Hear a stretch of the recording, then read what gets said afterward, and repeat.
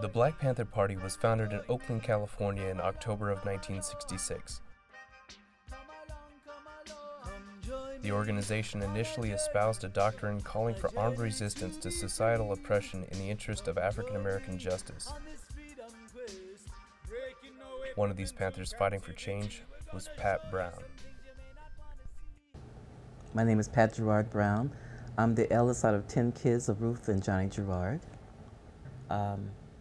So when Huey Newton and Bobby Seals and David Hilliard came to Stanford University, they did a presentation on the Black Panther Party and why they were established.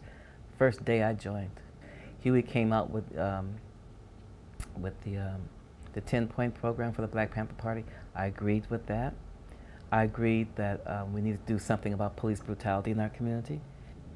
The police were always covering up, so it was kind of hard, you know. So we started these community cop watch groups, you know, where we would follow the police, and the police hated it. They hated it. I think that year, particular year, '67, was a big year for the exposure of what the Black Panther Party was going to be able to do. We had the very first free breakfast programs. We had the free food giveaways. Nobody really understands, but we had a lot of programs. The Black Panthers, when they came to power, established themselves, they were relatively articulate. They looked sharp with a black berets and black leather jacket and the look, and they had good PR going into it. I mean, they had a lot of ethnic posters, flyers, things like that. They established food and clothing for people who needed it, and then they also wanted immediate change, which I agreed with. Their way of getting the immediate change is, from what I understand, is one of the ways was armed violence. Kill Whitey. My understanding of what my role in the Panther Party was to be able to bring about my support until the playing field was leveled. Never really knowing that it would never be possible for it to be leveled in the way we were doing it, but we did the best we can for those times. I think we have more of a sense of urgency to make things right. And so after that, the attacks on the Panther Party was unbelievable. It was the COINTELPRO, J. Edgar Hoover put out this program, the COINTELPRO program, to destroy the Black Panther Party. Not only the Black Panther Party, but any other brown or black organizations that were working towards community development and you know, independent, you know, development. They said smash them, just knock them down, and they did.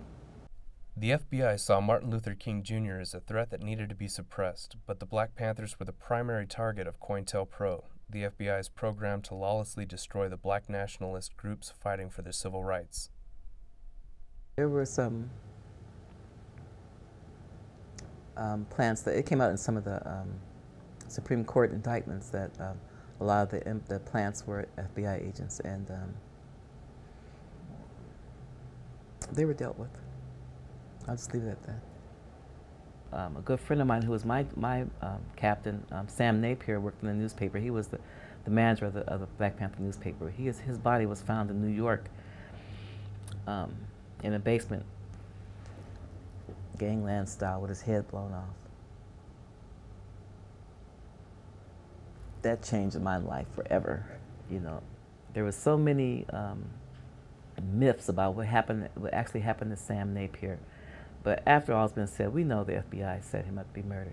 You know, whenever there was a riot in the community, people began to see Huey and Bobby and David as leaders, and they would go to them for advice. I know I did. Whenever there was something going on in the community, I knew I had a direct line to the people who could help me deal with this problem. I was very young and very shy, so I wasn't really in the camera a lot, you know. It was mostly David and Bobby and Huey and Elaine Brown, Kathleen Cleaver. You see, during the '60s, the afros was a big symbol, so Kathleen Cleaver and them kind of coined that corner, you know. I was back there just doing the work, but my sisters were out there speaking for the community and for the Panther Party. The largest organizing effort I saw was when the Free Huey rallies. That was important that we stick together, the Free Huey, and I saw people from all over the world come out here to support him, you know, and some of the chapters from Chicago, Philadelphia, Connecticut. I mean, they are from all over. They came, you know, to chant Free Huey. At that time, there was a police officer killed it was either in Oakland or Berkeley, I can't remember. It made me uncomfortable with the fear that I began feeling, because the deal was we were told that they were going to do it again. We went really quickly from fairly benign traffic stops of all races to traffic stops of blacks only, where we had to have 2 cars.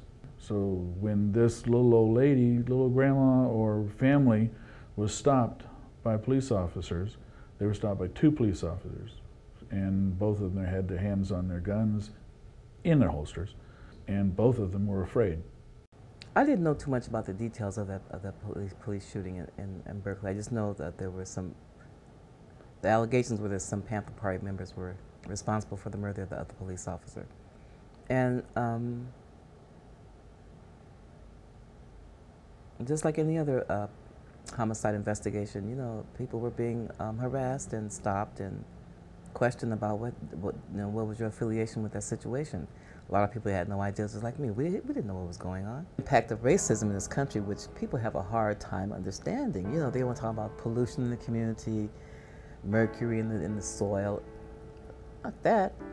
Racism is so toxic. It's like a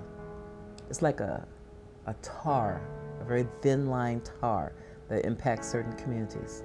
And it's hard to get off. It's hard to wash off, and it through osmosis, it impacts your whole community, you know.